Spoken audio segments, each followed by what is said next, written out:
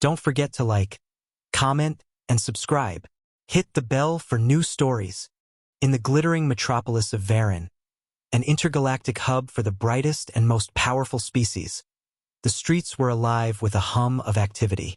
Thousands of alien beings, both humanoid and monstrous in appearance, bustled about in their daily routines. This city was a melting pot of races from across the galaxy, but there were those who didn't belong. Among the gleaming skyscrapers and sleek transports, the city's underbelly hid the broken and the discarded. Mara, an alien from the distant planet Zenthra, had learned what it meant to be unwanted. Her people were a unique blend of color-shifting skin and telepathic abilities, designed to blend into any environment. But Mara was different. Her skin refused to change color the way it was supposed to, her telepathic link had been frail, and her physical appearance was far from appealing. While her kin could mesmerize and charm with radiant beauty or soothing voices, Mara was often described as ugly and useless. And these labels were not just insults. They were sentences. The Zenthra people, who had high standards for beauty and functionality, saw Mara as a failed experiment. Her lack of grace, her awkwardness in speech and movement, and her inability to fully connect with the minds of others left her isolated, an anomaly among her own kind. It wasn't long before Mara's family, who had once cherished her, grew increasingly disillusioned. They turned their backs on her. No longer willing to care for someone who would never live up to expectations, they cast her out. But Mara, despite the betrayal, remained strong. She knew the laws of Varen. The strong survive and the weak are left behind. On the cold, shiny streets of Varen, Mara found herself unwanted and homeless. Her attempts to connect with others were met with mockery. The towering beings who passed her by had no time for an alien who didn't fit their mold. The few who did notice her only offered insults, calling her defective, weak, or worse, ugly. She wandered from alley to alley, her stomach growling with hunger, feeling the sting of rejection everywhere she turned. As the days wore on, Mara's hope began to fade. She saw the way the city treated its own, and she felt the weight of her own inadequacies. At night, she would curl up in corners, wrapping her arms around her knees as she tried to sleep. Sleep was rare, though, as the harsh voices and the cold winds of the city kept her on edge. Then, one day, while scavenging near the outskirts of the city, Mara saw something different. A human, no taller than she was, approached with steady steps, his features kind, his expression far from the contempt she had grown accustomed to. He had short, brown hair and was dressed in simple yet well-worn clothing. His eyes were warm, a contrast to the unfeeling stares of those she had met before. The human, his name was Michael, stopped in front of her, his gaze assessing. Mara braced herself for the insult she expected, the ridicule. Instead, he simply spoke. "Are you all right?" Mara blinked, confused. She hadn't heard those words directed at her in so long. "I'm fine," she replied, her voice hoarse from disuse. "I don't need help." "You sure about that?" Michael asked, kneeling down so he was at eye level with her. His tone was gentle, yet persistent. "Because from where I'm standing, you look like you could use some food and a place to rest." Mara stared at him for a long moment. What was this human doing? Why wasn't he laughing at her? Why wasn't he pointing at her with disdain like everyone else? "I don't need charity," she said, the words bitter in her mouth. "I'm fine on my own." Michael didn't seem bothered by her response. He offered a small smile, as if he understood something she didn't. "You don't have to do this alone. You're not a burden to anyone." Mara looked away, unsure of how to respond. The thought of accepting help had been foreign to her for so long. She had learned that asking for help meant weakness, and weakness was something that never went unnoticed in Varen. But Michael didn't look at her like she was weak. He didn't see her as ugly or useless. Instead, he just saw a person in need, and that made her pause. She had been so used to being ignored, rejected, and belittled that the simplest act of kindness felt almost like a betrayal of the world she had known. "Why are you helping me?"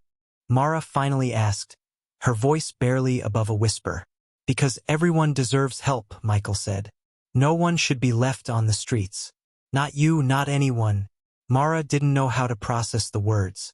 There was something about the human's conviction that struck a chord in her, something that tugged at the emptiness inside her.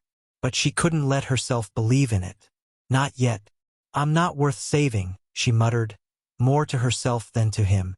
I'm nothing but a failure. Michael's smile softened. His eyes filled with something Mara couldn't quite name. You're wrong, he said simply. You're worth everything. For the first time in days, Mara felt a flicker of something inside her. Something small, but alive. Maybe she wasn't worthless after all.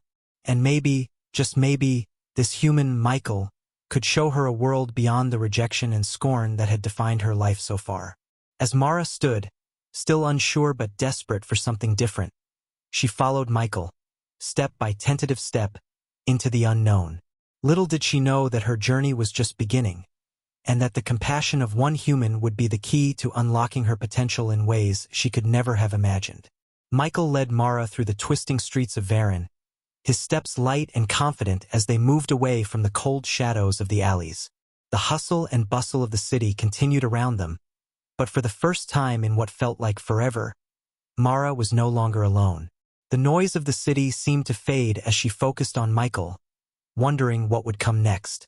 She hadn't let herself feel hope for a long time, but something about his quiet insistence made her wonder if perhaps she was wrong about everything.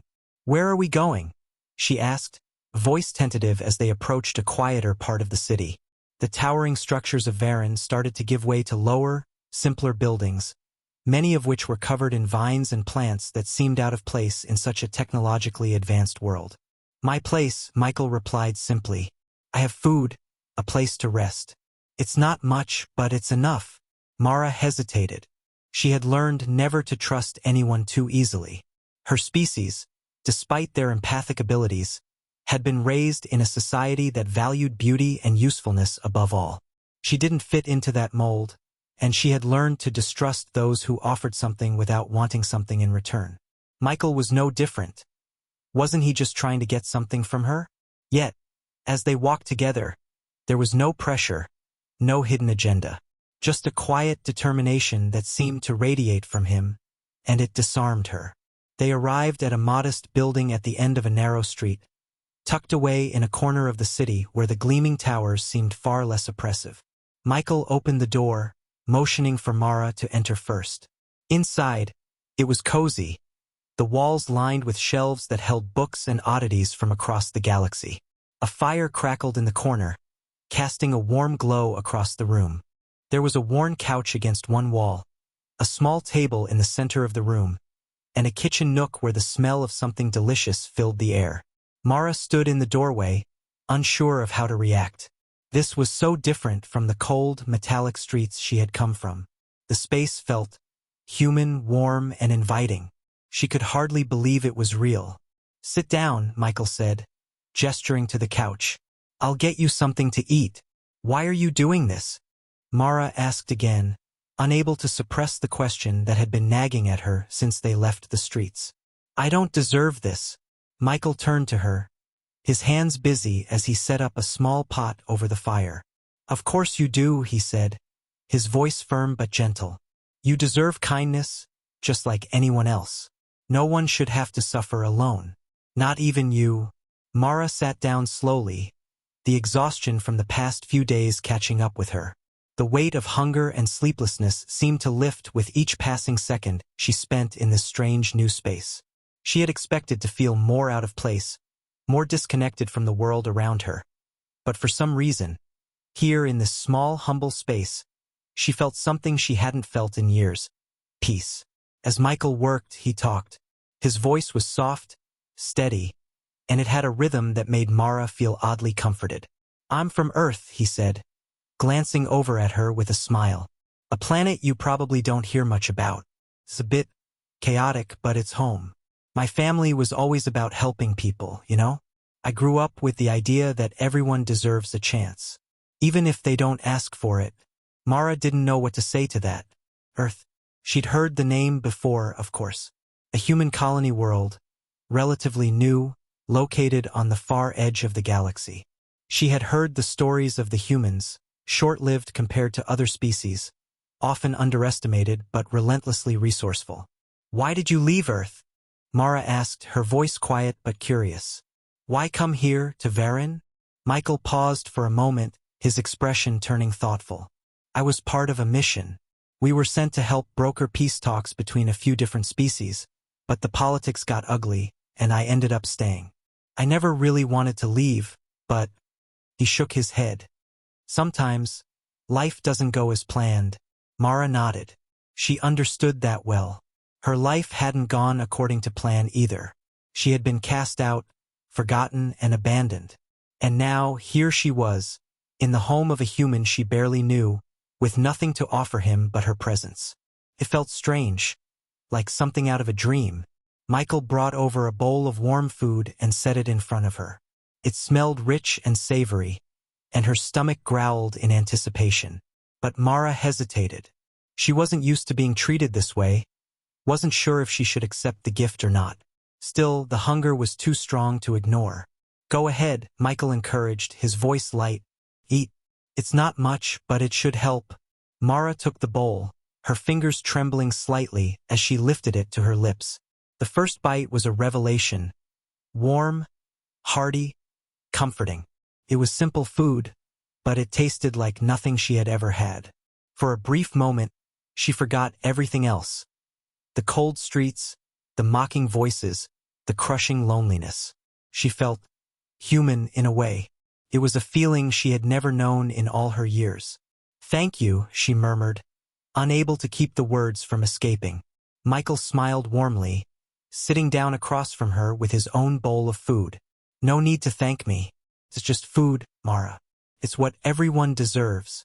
As they ate in silence, Mara couldn't help but wonder. Was this the start of something new? Could this human, someone from a world so different from hers, really be the one to show her a way out of her loneliness? Could she trust him and in turn trust herself? The fire crackled in the corner as the evening stretched on, and for the first time in years, Mara felt a spark of something brighter than fear and doubt. She felt the flicker of hope. The night passed slowly, the warmth of the fire and the simplicity of the food allowing Mara to relax in a way she hadn't in years. The weight on her shoulders, a burden she'd carried ever since she was cast out, seemed to lift just slightly, as if Michael's kindness was chipping away at the walls she'd built around herself.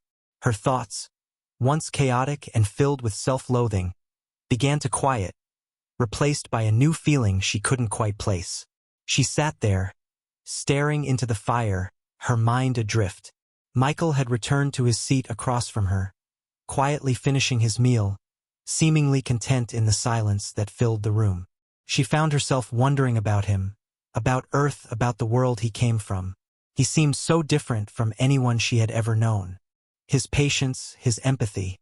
It was foreign to her, like a language she had yet to understand. "Do you always help strangers like this?" Mara asked, her voice soft but tinged with curiosity. It was a question that had been on her mind since she'd followed him into this strange place. "You're not worried that I'll betray your kindness?" Michael paused, looking up from his bowl with a gentle smile.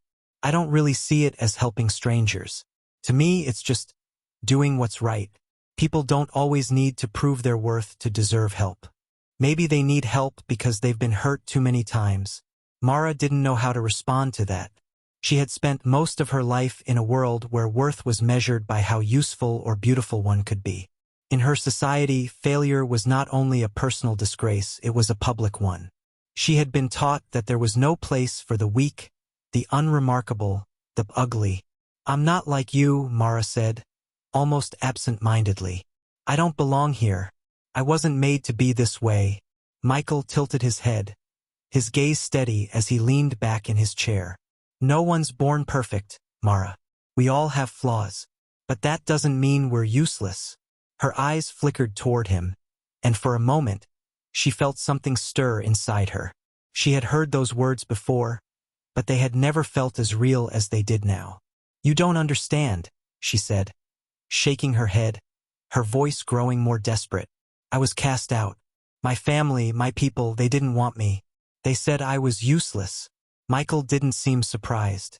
Instead, he leaned forward slightly, his expression calm, patient.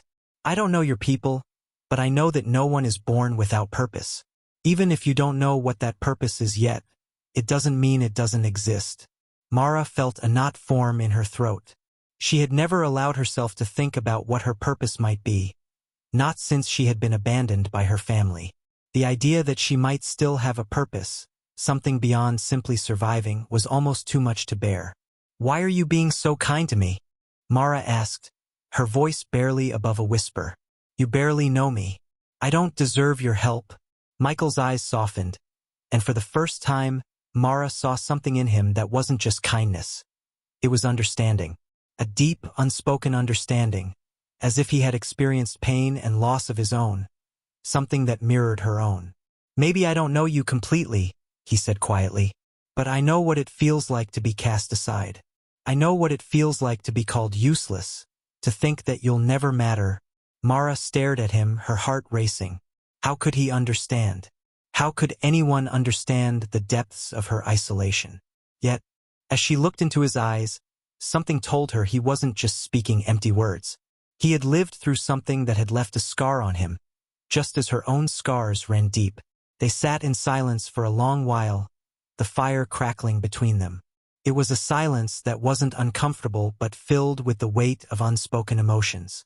Mara could feel the walls she had so carefully built around her begin to tremble, as if Michael's presence was slowly but surely breaking them down. You're not a failure, Mara, Michael said finally, his voice soft yet firm. No one is. You have more to offer than you realize. Mara felt a strange mixture of emotions swirl within her. Anger, doubt, fear, and something else, something she hadn't felt in a long time, hope. The kind of hope that maybe, just maybe, she didn't have to live in the shadows forever. Maybe, just maybe, she could be something more than the broken creature she had believed herself to be. How do you know? She asked, her voice shaky. How can you be so sure? Michael stood up and walked over to the small window of the room, gazing out into the night. His face was bathed in the soft glow of the fire behind him, his eyes distant for a moment, lost in thought. I've seen people change, he said after a long pause. I've seen them overcome things they thought they could never get past. The human spirit is resilient. We're all more capable of growth than we give ourselves credit for. You don't need to be perfect, Mara. You just need to keep moving forward. For the first time, Mara felt a flicker of something deep inside her that wasn't fear or pain. It was a spark of something new, something she couldn't fully understand but was beginning to trust. She stood up, her legs weak from sitting for so long, but the strength inside her felt different now. The hopelessness that had clung to her like a second skin began to unravel, and in its place, there was a quiet, determined curiosity. What if Michael was right? What if she could find her purpose, her place in this strange, vast universe? What do I do now? She asked, her voice steadier than before. Where do I go from here? Michael turned back to her, a smile tugging at the corners of his lips. Wherever you want to go, Mara.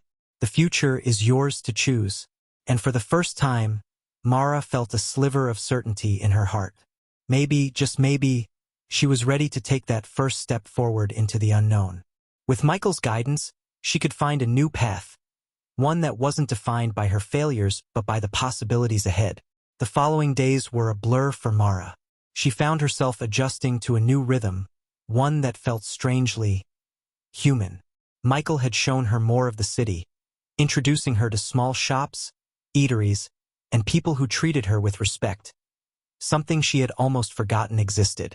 He kept a careful distance, allowing Mara to process the shift in her life without rushing her. But despite the pace, she couldn't shake the feeling that things were changing for the better. One morning, Michael handed her a jacket, a soft, worn leather piece that would fit her comfortably.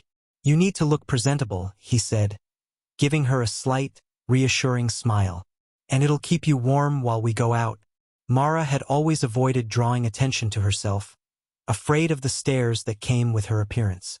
She hadn't known how to dress properly, how to blend in with the people around her. But Michael didn't seem to care. In fact, His indifference to her appearance had become a source of quiet comfort. He accepted her as she was. As they walked out of his small building into the crisp morning air, Mara noticed something she hadn't before. The city had a different feel now, less oppressive, less alien. It wasn't just the architecture or the crowds of strangers. It was the openness, the sense that maybe she, too, could belong. Michael had brought her into his world with such ease, showing her that the kindness he offered wasn't just a fleeting gesture. It was a philosophy, one he seemed to live by in everything he did. "I need to go to the market," Michael explained, leading her through a bustling part of Varen. "But there's something I want to show you after that. Something important." Mara nodded, curious but still wary. "What is it?" "You'll see," he replied with a wink. The market was like no place Mara had ever seen. Stalls lined the streets, bursting with food, trinkets, and exotic items from all over the galaxy. Alien vendors hawked their wares in an array of languages, and the air was thick with the sense of spices, sweet fruits, and unfamiliar dishes. Despite the overwhelming noise and movement, Mara felt a strange sense of belonging in the midst of it all. People passed by without so much as a glance, but it didn't bother her. For once, she was invisible, and for the first time in a long time, that didn't feel like a curse. Michael pulled her into a nearby stall, exchanging a few words with the vendor in a language Mara didn't understand. The vendor handed him a small, crystalline device with intricate patterns carved into it. "It's a translator," Michael explained, holding it out to her. "I thought you might find it useful. It'll help you understand the different languages here, so you won't feel so lost." Mara stared at the device in her hand, surprised. She had spent so many years unable to connect with others, limited by the barriers of language and cultural differences. This small gift, this thoughtful gesture, made her feel like maybe, just maybe, she could truly become part of this world. "Thank you," she said quietly, holding the device as though it were fragile, though the material was sturdy. "Don't mention it," Michael replied, his eyes crinkling with amusement. "It's just a tool, but I thought it might make things easier for you." As they continued through the market, Mara felt a growing sense of gratitude and curiosity. She wanted to understand more about this strange new world she was part of. She wanted to know how it worked, how people lived, and what had led Michael to offer her the kindness he did. By the time they had finished shopping, Michael led her to a quiet spot near the edge of the city, overlooking a sprawling park where the trees were tall and the grass green. A rarity in such a technological world. People walked along the paths, some engaged in conversations, others lost in thought. The peacefulness of the place contrasted sharply with the crowded, noisy streets they had just left behind. "This is where I come to think," Michael said, sitting down on a bench and patting the space next to him. "I wanted to show you this place. It's important to me." Mara sat down beside him, her eyes taking in the tranquil surroundings. It felt like a completely different world here, far removed from the chaos of Varen city center. The wind rustled through the leaves, carrying with it the scent of fresh air and earth, an aroma she hadn't even realized she missed. Michael turned to her, his expression serious but kind. "I've been thinking about what you said the other night, about your people and what happened to you." Mara stiffened. She hadn't talked much about her past, hadn't wanted to revisit the pain of being abandoned. But Michael's voice was calm, and there was no judgment in his eyes. "You've been through a lot," Michael continued, "and I can't pretend to know exactly what it felt like, being cast aside like that. But I do know this, you're not alone anymore. You don't have to carry that weight by yourself." Mara looked down at her hands, her fingers tracing the lines of the translator in her lap.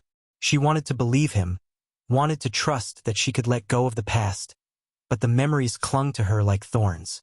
The rejection, the feeling of being useless, of being an outsider. Could she really escape that? "I'm not sure I can ever forget," Mara said softly, her voice trembling slightly. "The way they looked at me, like I was nothing." Michael's gaze softened, his voice gentle. "It's okay to carry those memories, but they don't have to define who you are.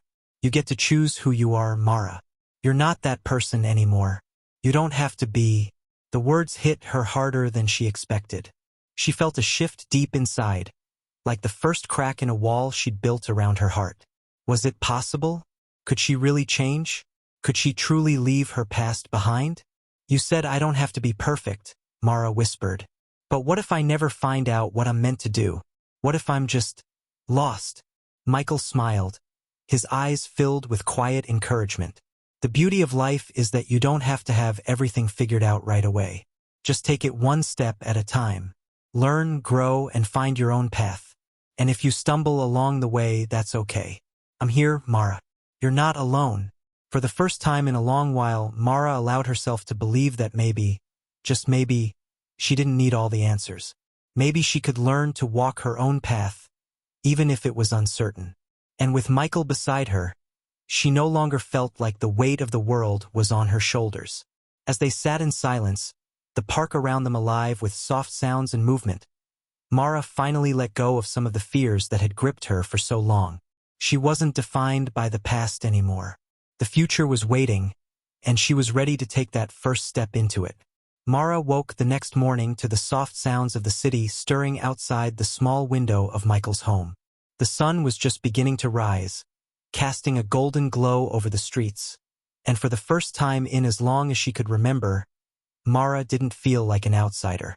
The warmth in her chest, that ember of hope she had only recently allowed herself to feel, was still there, flickering gently beneath the surface. She stood up, stretching, then moved to the small window and gazed out at the bustling life of Varen. People walked along the streets, some in pairs, others alone, but all with purpose. She thought of her people, her family, and wondered if they were out there somewhere, still living the same lives they had always known. The thought of them, so far away, was bitter, but also strangely distant. Her time with them seemed like another life now, a life that didn't fit with the woman she was becoming. A soft knock on the door interrupted her thoughts. Mara? Michael's voice came from the other side. Are you awake? I thought we could grab breakfast. There's a place nearby I want to show you. Mara turned away from the window, feeling a twinge of something unfamiliar. Excitement. She wasn't sure where this feeling had come from, but it was a welcome change from the constant dread that had hung over her in the past. Just a minute, she called, quickly getting dressed in the jacket Michael had given her. She felt a small sense of pride in it, knowing that Michael had taken the time to find something for her that wasn't just practical, but also thoughtful. When she opened the door, Michael was standing there, smiling. There was something different about his expression this morning, as though there was more he wanted to say, but wasn't sure how. Mara met his gaze, her heart skipping a beat. She had never expected to feel this connection to him, but it was undeniable now. Ready? He asked. Yeah, she replied, stepping out into the hallway. The walk to the breakfast spot was quiet, but not uncomfortable. Michael pointed out things as they passed by. Buildings, parks, street vendors, and in each little detail, Mara saw the city with fresh eyes. She had only been focused on survival for so long that she had never allowed herself to really take in the world around her. They arrived at a cozy cafe that overlooked a canal, the water rippling gently in the morning breeze. The smell of freshly baked bread and brewing coffee greeted them as they entered, and Mara was momentarily overwhelmed by the warmth and the pleasant bustle inside. It felt normal, something she had never truly experienced before.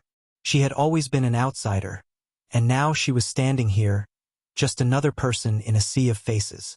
The waitress led them to a small table by the window. As they sat, Michael glanced at her with a look of quiet concern. I know things haven't been easy for you, Mara, he said, his voice low. And I know you've been carrying a lot. But I think it's time to talk about what happened to you. To really face it. Mara's stomach tightened. She had known this moment would come eventually, the moment when she couldn't hide from her past anymore.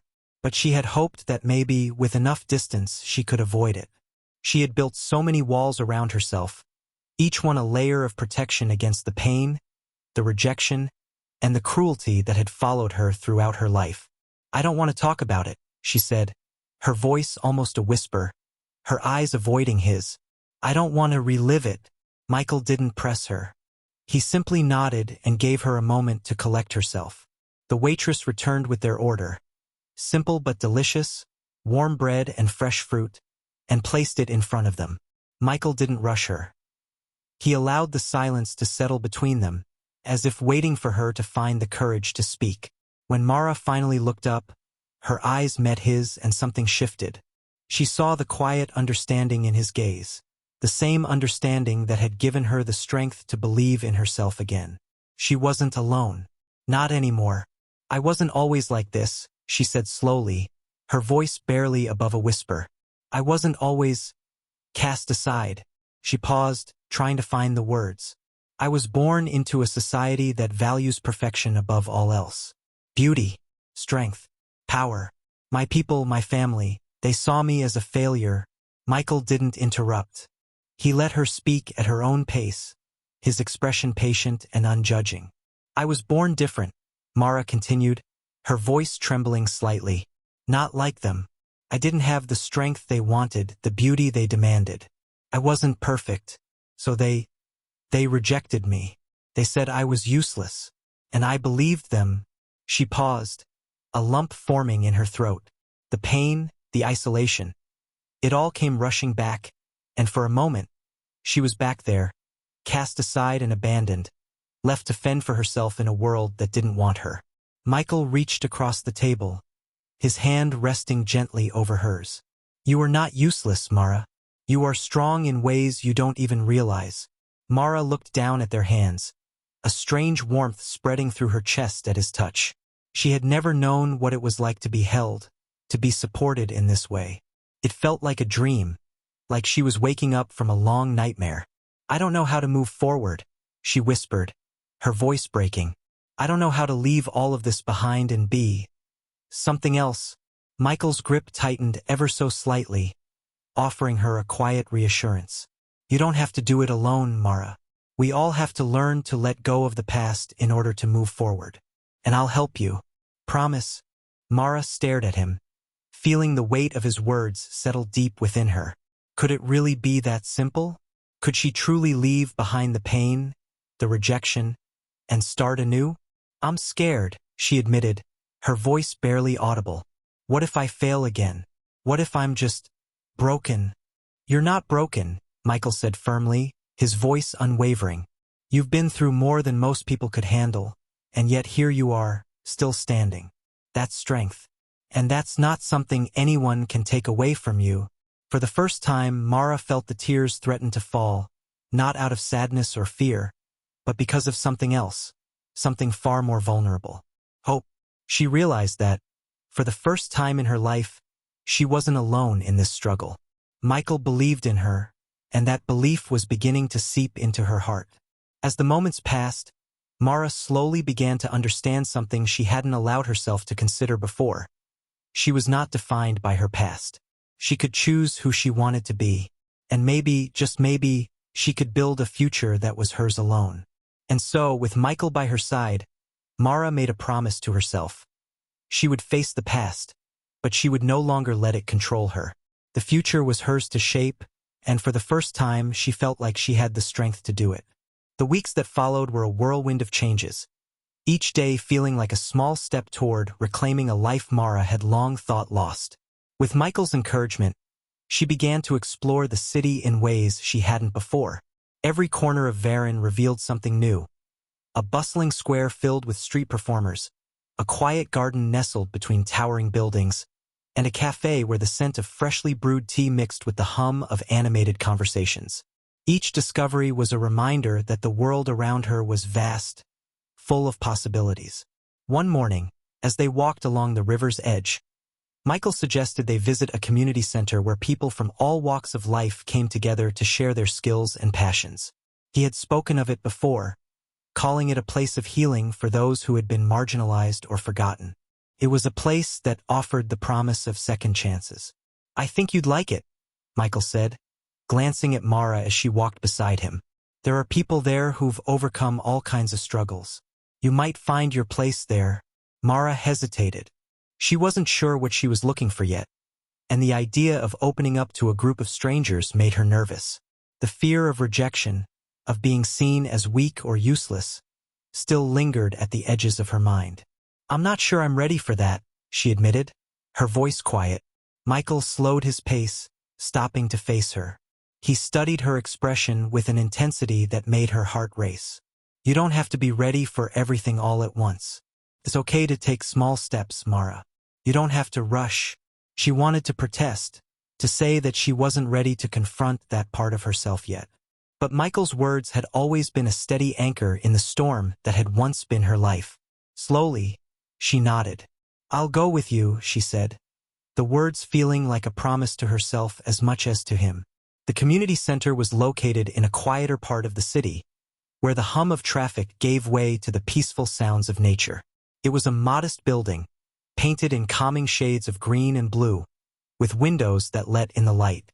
As they entered, Mara felt a wave of nervousness rise within her, but Michael's steady presence beside her kept her grounded. Inside, the space was filled with people of all shapes, sizes, and backgrounds. Some were engaged in lively discussions, while others worked on projects or taught small classes. The air was warm with the buzz of activity, but it was a different kind of energy than the harshness of the city. This was a place where people could come to be themselves without fear of judgment. Michael led her to a room where a small group was gathered around a table. They were discussing a community project, something about creating sustainable food sources for the area, and Michael introduced Mara to them with the same calm confidence he always exuded. At first, Mara felt out of place. She sat quietly, listening to the conversation, trying to keep her mind from drifting back to the rejection she had faced in the past. It was difficult, but Michael's reassuring presence kept her from retreating into herself. He had always believed in her, and maybe, just maybe, she could start to believe in herself too. As the group spoke, Mara began to notice something she hadn't expected. The people here weren't perfect. They didn't have the polished appearances or the air of success that Mara had once thought were necessary to fit in. Instead, they were real, vulnerable, scarred, but determined. Some had lost loved ones, some had faced hardships, and some, like her, were still trying to find their place in the world. But they were united by something powerful: the willingness to grow, to change, and to help one another. One woman, a tall figure with short-cropped hair and a warm smile, noticed Mara sitting silently in the corner. She approached her with an open expression, as if she had known Mara her whole life. "You're new, right?" she asked, her voice friendly but not intrusive. "I'm Lyra. I help coordinate the volunteer work here. Michael's told us a little about you." Mara looked up, feeling a pang of discomfort at being noticed. But Lyra's gaze was kind, her posture open and welcoming. It was hard not to soften in the face of such genuine warmth. "I'm Mara," she replied, offering a hesitant smile. "I'm not really sure what I can do here." Lyra sat down beside her, her smile never fading. "That's okay. No one here is expecting perfection. We're all just figuring it out together.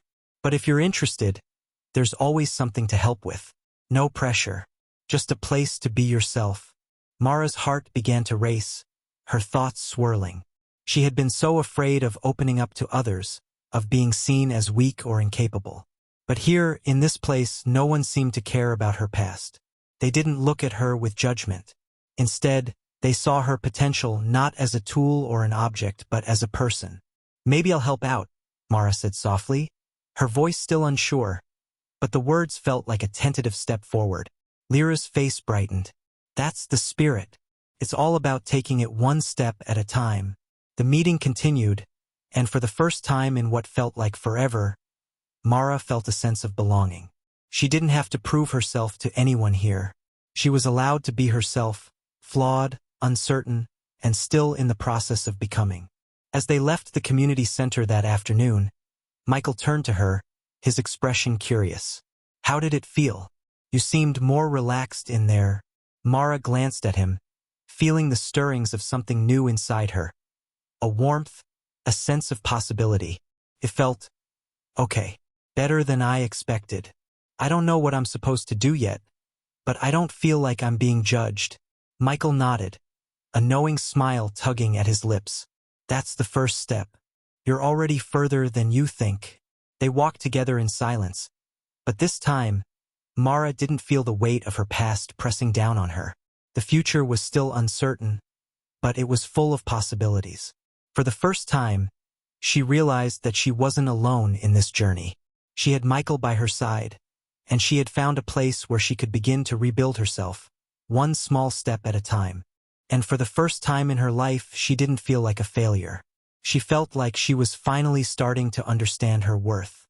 The following months became a transformative journey for Mara, one that reshaped her understanding of herself and the world around her. She threw herself into the work at the community center, not just as a way to distract herself from her fears, but as a genuine attempt to find purpose. At first, she stuck to tasks that allowed her to blend into the background, organizing supplies, cleaning up spaces, but over time, she began to step into roles that required her to engage with others. One of her first breakthroughs came when Lyra asked her to help lead a workshop on creative problem-solving. The project was aimed at finding ways to improve access to clean water for underserved areas of the city. Mara balked at the suggestion, her mind immediately filling with doubts. "I'm not a leader," she had told Lyra, shaking her head. "I wouldn't even know where to start." But Lyra had simply smiled. "You don't have to have all the answers. You just need to guide the conversation. People will listen to you, Mara. Trust me." With Michael's encouragement, Mara agreed. The day of the workshop, she stood in front of a small group of participants, her hands trembling slightly as she introduced herself. At first, her voice was quiet, her words hesitant, but as the discussion unfolded, something surprising happened. People began to respond to her ideas, building on them, treating her contributions with respect. By the end of the session, Mara realized she had not only guided the group to a viable solution, but had also earned their trust and admiration. The experience lit a spark inside her. For so long, she had been convinced that her differences made her less capable, less deserving, less important. But now she saw them as a strength. Her unique perspective, shaped by her struggles and her resilience, gave her insights that others couldn't always see. And for the first time, she allowed herself to believe in the value of her own voice. As the weeks turned into months, Mara began to notice how her presence at the community center was making an impact. She became a quiet yet steady leader, someone others turned to for advice or encouragement. Her natural empathy, once a source of vulnerability, became a powerful tool for connecting with others who had felt cast aside. But her journey wasn't without challenges. One day, while reviewing plans for a new housing project the community center was advocating for, Mara overheard a group of individuals questioning her involvement. "She's not even from here," one of them muttered. "Why should she have a say in what we're doing?" The words hit Mara like a blow, dredging up old insecurities. For a moment, she felt like the same rejected outcast she had been when her people had abandoned her. But then she thought of Michael, of Lyra, and of the countless others who had shown her kindness and faith. She took a deep breath and approached the group. "I understand your concerns," she said, her voice steady despite the knot in her stomach. "But I've been where many of the people we're trying to help are now. Left behind, forgotten, struggling to survive. I know what it's like to feel invisible, and that's why I'm here. Because no one deserves to feel that way." Her words hung in the air for a moment before one of the skeptics nodded slowly. "I hadn't thought of it that way," he admitted. "You've got a point." The moment solidified something within Mara. Her past wasn't something to be ashamed of. It was her strength, the foundation upon which she could build a better future. Not just for herself, but for others. One evening, after a particularly long day at the center, Mara and Michael sat together on a bench overlooking the river. The city lights danced on the water's surface, casting a soft glow over the scene. It had become their unofficial tradition to end their days here, reflecting on what they had accomplished and what lay ahead. "You've changed so much," Michael said, his voice filled with quiet admiration. "When I met you, you barely looked up when you spoke. Now you're leading projects, inspiring people. It's amazing to see." Mara looked at him, a small smile tugging at her lips. "I've had good support," she said. "You believed in me when I didn't believe in myself. That made all the difference." Michael shook his head gently. "I didn't change you, Mara. I just gave you the space to find yourself. The strength, the determination, that was always there. You just needed to see it." For a moment, they sat in comfortable silence, the weight of their journey together settling over them. Then, Mara turned to him, her eyes shining with a mix of gratitude and determination. "I want to do more, Michael," she said. "Not just for this community, but for others like it. There are so many people out there who've been cast aside, just like I was. If I can help even a few of them find their place, it'll be worth it." The end. Thanks for watching, everyone. If you enjoyed this video, don't forget to like, comment, and subscribe for more exciting HFY stories. Your support means the world to us. And make sure to tap the bell icon so you never miss an update. Stay tuned for our next adventure, and until then, keep exploring the stars. See you in the next video.